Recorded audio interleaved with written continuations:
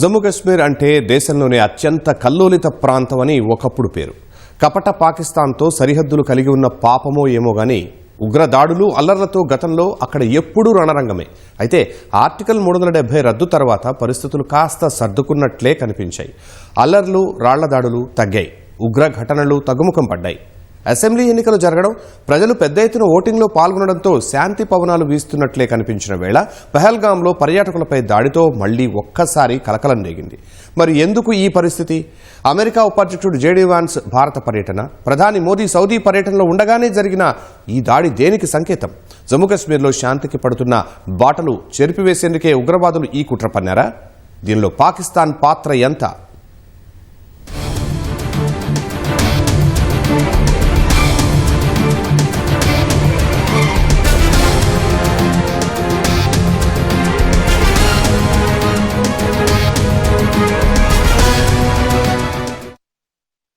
భారతదేశానికి శిరోభాగంగా ఉంటూ కళ్లు తిప్పుకోనివ్వని ప్రకృతి అందాలకు నెలవు జమ్మూ కశ్మీర్. లోయలు, సరస్సులు, హిమవత్ పర్వతాలతో ప్రకృతిలోని అందమంతా ఇక్కడే ఉందా అనిపించే అందమైన ప్రాంతమిది. అయితే ఇది నాణ్యానికి ఒకవైపు మాత్రమే. దాయాది దేశం పాకిస్తాన్ కుట్రలు, ఉగ్రవాద దాడులు, రాళ్ల దాడులు, నిత్య అశాంతికి కూడా నెలవు అనే పేరుంది జమ్మూ కశ్మీర్ కు. అయితే 2019లో ఆర్టికల్ 370 రద్దు తర్వాత హింస తగ్గి కాస్త శాంతి పవనాలు వీస్తున్నాయి అని భావిస్తున్న వేళ మళ్లీ అలజడి రేగింది. మినీ స్విట్జర్లాండ్ గా ప్రఖ్యాతిగాంచిన అనంతనాగ్ జిల్లా పహల్గాం సమీపంలోని బైసరన్ లోయలో పర్యాటకులపై సాయుధ ఉగ్రవాదులు చుట్టుముట్టి కాల్పులు జరిపారు. మహిళలు, చిన్నారుల్ని వదిలిపెట్టి పురుషులే లక్ష్యంగా కాల్పులు జరిపారు. ఈ ఘటనలో 28 మంది ప్రాణాలు కోల్పోయారు, పదుల సంఖ్యలో గాయపడ్డారు. కేవలం జమ్మూ కశ్మీర్లోనే కాక భారతదేశంలోనే ఇటీవల కాలంలో జరిగిన అతిపెద్ద ఉగ్రవాద దాడి ఇది.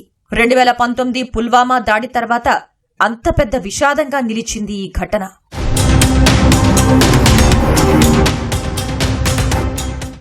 పహల్గాంలో జరిగిన ఉగ్రవాద దాడిని పక్కా పథకం ప్రకారమే జరిపినట్లు తెలుస్తోంది. ప్రస్తుతం అమెరికా ఉపాధ్యక్షుడు జేడీ వాన్స్ కుటుంబ సమేతంగా భారత్లో పర్యటిస్తున్నారు. అదే సమయంలో ప్రధాని నరేంద్ర మోదీ సౌదీ పర్యటనకు వెళ్లారు. దాడికి ఉగ్రవాదులు ఇదే సరైన సమయంగా భావించినట్లు తెలుస్తోంది. అదును దొరికితే జమ్మూ కశ్మీర్లో అశాంతి రాజేయడానికి కాచుకునుండే పాక్ ప్రేరేపిత ఉగ్రవాదులు ఈ సందర్భాన్ని తమకు అనుకూలంగా మార్చుకున్నట్లు అనుమానాలు వ్యక్తమవుతున్నాయి. జమ్మూ కశ్మీర్ అంశాన్ని అంతర్జాతీయం చేయడానికి పాకిస్తాన్ ఈ కుట్రకు తెరతీసినట్లు భావిస్తున్నారు. గతంలో జరిగిన సంఘటనలు అనుమానాలను బలపరుస్తున్నాయి. 2000వ సంవత్సరం మార్చి 20న అనంతనాగ్ జిల్లా చతీస్ సింగ్ పొరలో ఉగ్రవాదులు 36 మంది పౌరులను హతమార్చారు. నాడు సిక్కు వర్గంలోని వారే ఉగ్రవాదుల లక్ష్యంగా మారారు. సైనిక వాహనాల్లో వచ్చిన ముష్కరులు ఇంటింటికి తిరుగుతూ తమను సైనిక సిబ్బందిగా చెప్పుకుంటూ తనిఖీల పేరుతో పురుషుల్ని బయటకు రావాలని సూచించారు. తర్వాత కాల్చి చంపారు. ఇప్పుడు కూడా పురుషులనే చంపడంతో ఆనాటి దాడితో దీన్ని పోల్చి చూడడం ఆరంభమైంది.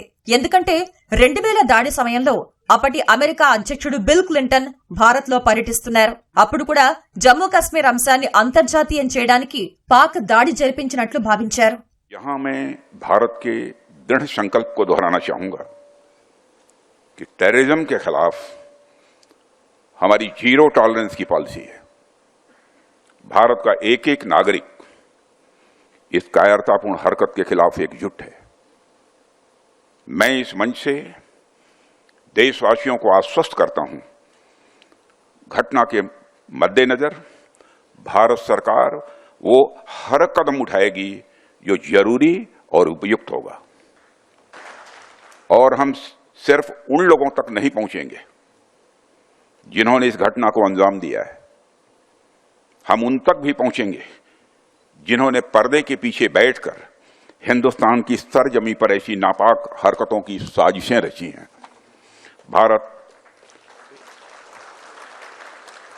एक इतनी पुरानी सभ्यता और इतना बड़ा देश है जिसको ऐसे किसी भी आतंकी गतिविधियों से किसी भी सूरत में डराया नहीं जा सकता.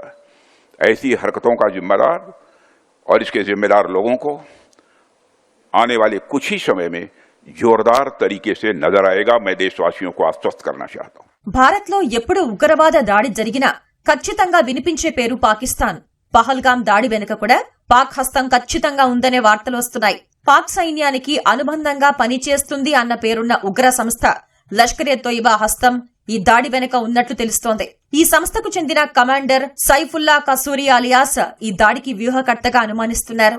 లష్కరే తోయిబా అనుబంధ సంస్థ అయిన ది రెసిస్టెన్స్ ఫ్రంట్ అయితే ఇప్పటికే ఇది తమ పనిగానే ప్రకటించుకుంది. ఈ టీఆర్ఎఫ్ కు ముందు చెప్పుకున్న కసూరికి అసలు బాస్ పాకిస్తానీ ఉగ్రవాది హఫీజ్ సయీదే. వీళ్లకు పాక్ ఆక్రమిత కశ్మీర్లోని ఇద్దరు ఆపరేటర్లు కూడా సహకరించినట్లు సమాచారం. ఈ మూక అందరూ కలిసి AK-47లతో రక్తపాతానికి ఉడిగట్టారు. కొందరు బాధితులు ప్రాణాలు కాపాడుకోవడానికి కిలోమీటర్ల కొద్దీ పరుగులు తీశారు. అయినా వదలకుండా ప్రాణాలు తీశారు. ఉగ్రవాదులు మారణ హోమాన్ని మొత్తం కెమెరాల్లో చిత్రీకరించినట్లు కూడా తెలుస్తోంది. ఇన్నోసెంట్ టూరిస్ట్ మీద ఇటువంటి దాడులు చల్వడం వెరీ వెరీ షేమ్ఫుల్. వాళ్ళ ఎంజాయ్మెంట్ కోసం వెళ్తే వాళ్ళకి అన్నం పెట్టే టూరిజం అనేది వాళ్ళకి హెల్ప్ చేస్తూ ఉంటుంది కశ్మీరీస్కి. అటువంటి వాళ్ళ మీద దాడి చేసి వాళ్ళని చంపేయడం, దాంట్లో హిందువులా అని నిర్ధారించుకొని వాళ్ళని చంపడం, ఇట్ ఈస్ రియల్లీ అట్రాషియస్. దీని వెనకాల ఉన్న పాకిస్తాన్ ISI కానివ్వండి, పాకిస్తాన్ ఆర్మీ కానివ్వండి, వాళ్ళు హెల్ప్ చేసిన లష్కరే తోయిబా కానివ్వండి, TRF కానివ్వండి, వీళ్ళు చాలా నిందనీయులు, చాలా కిరాతకంగా చేశారు. దీనికి మనం ఎట్లా అయినా సరే we should revenge this thing. Pahalgam దాడి వెనుక పాక్ పాత్రను ధృవీకరించే మరో అంశం కూడా తెర మీదకు వస్తోంది. జమ్మూ కశ్మీర్ సోదరులను తాము మరిచిపోలేమని, వారి కోసం నిరంతరం పోరాడుతూ ఉంటామని వారం క్రితం పాక్ ఆర్మీ చీఫ్ అసిమ్ ముని రెచ్చగొట్టే వ్యాఖ్యలు చేశారు. కశ్మీర్కు అన్ని విధాలా అండగా ఉంటామని తెలిపారు. కశ్మీరీ సోదరులు చేస్తున్న పోరాటంలో వారిని ఒంటరిగా వదిలేయలేమని అన్నారు. కశ్మీర్ గతంలో మన గొంతులోని నాళంలా ఉండేదని, భవిష్యత్తులోనూ ఉంటుందని అన్నారు.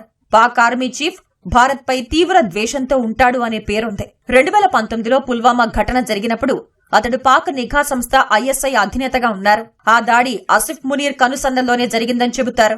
ఇప్పుడు ఆయనే పాక్ చీఫ్ కావడంతో భారత్ ను లక్ష్యంగా చేసుకుని ఉగ్రముక్కల్ని రెచ్చగొడుతున్నారు.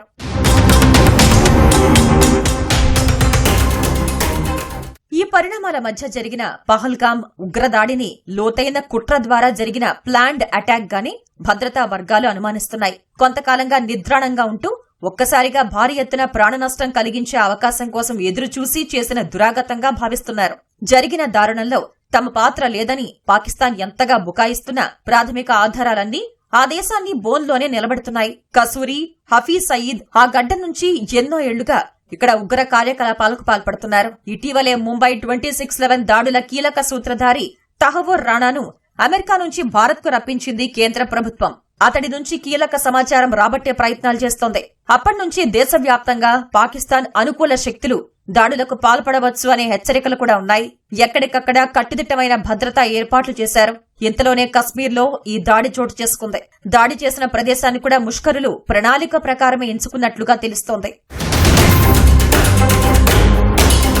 భారత్ పట్ల పాకిస్తాన్ది ఎప్పుడూ కపటబుద్ధే. ప్రస్తుతం పాక్ తీవ్రమైన ఆర్థిక కష్టాల్లో ఉంది. అంతర్జాతీయ ద్రవ్యనిధి సాయం చేస్తేనే పాక్ ఆర్థిక పరిస్థితి నడిచే స్థితి. ఇటీవల కాలంలో అక్కడ కిలో గోధుమ పిండి 200 రూపాయల వరకు కూడా చేరుకుంది. పిండి కోసం దుకాణాల వద్ద తొక్కిసలాటలు జరిగిన చరిత్ర పాక్ది. ద్రవ్యోల్బణం, నిరుద్యోగం తారాస్థాయికి చేరింది.